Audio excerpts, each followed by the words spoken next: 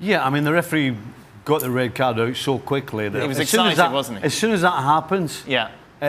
You're going to have to move a mountain for a referee to change a decision. Now, he should have gone to VAR. He should have gone and checked. He should have gone and made sure.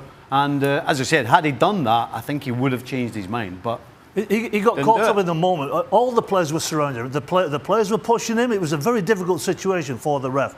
I'm not going to deny that. But he should have just stepped away and just calmed himself down because he was so wrapped up in the moment. Did Messi not help himself by not going down?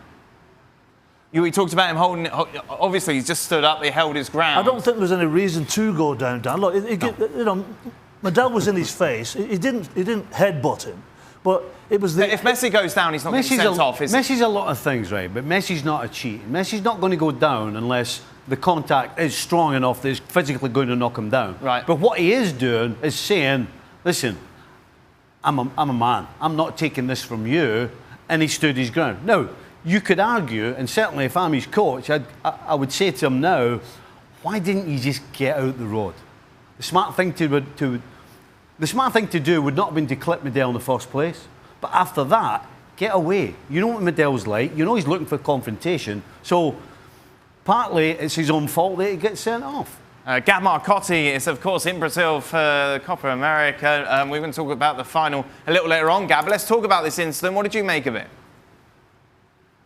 I go back to this every time. We don't know what the communication was between the VAR and the referee. If the VAR said, hey, did you see this clearly? Did you see the kick? Did you see this? Did you see that?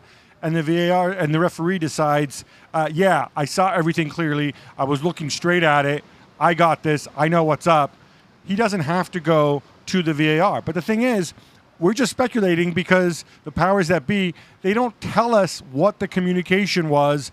And this is where so many of these issues stem from. It applies to this. And, of course, it also applies to that infamous semifinal, Brazil against Argentina, and the incident with Nicolas Otamendi.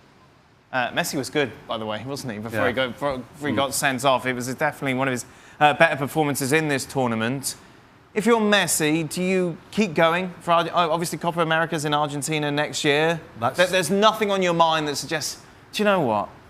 I get so much abuse and this isn't fun anymore. I think the key is that the Copa America is in Argentina. Yeah. You know, and if you're Messi, yes, he's used to getting criticism and the pressure from Argentina.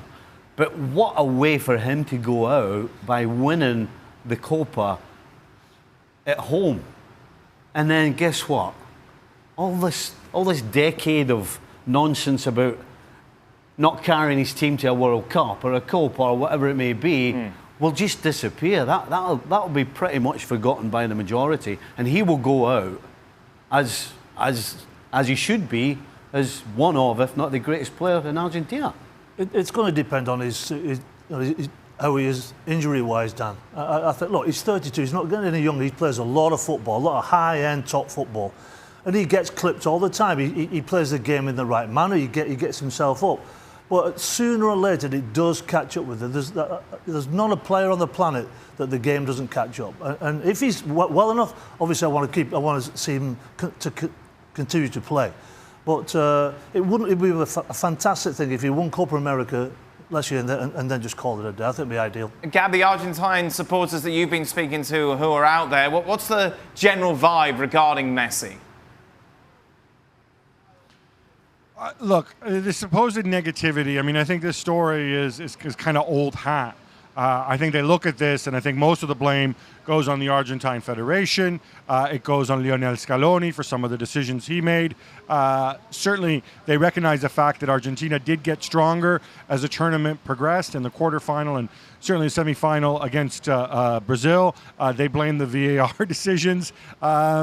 So I don't think that there's a blame put on Messi. Quite the contrary. I think that there's a sense that you want him to stick around and you want him to deliver for Argentina. And I agree with what Stevie said. The 2020 Copa America, shared between Argentina and Colombia, is a tremendous opportunity to do that.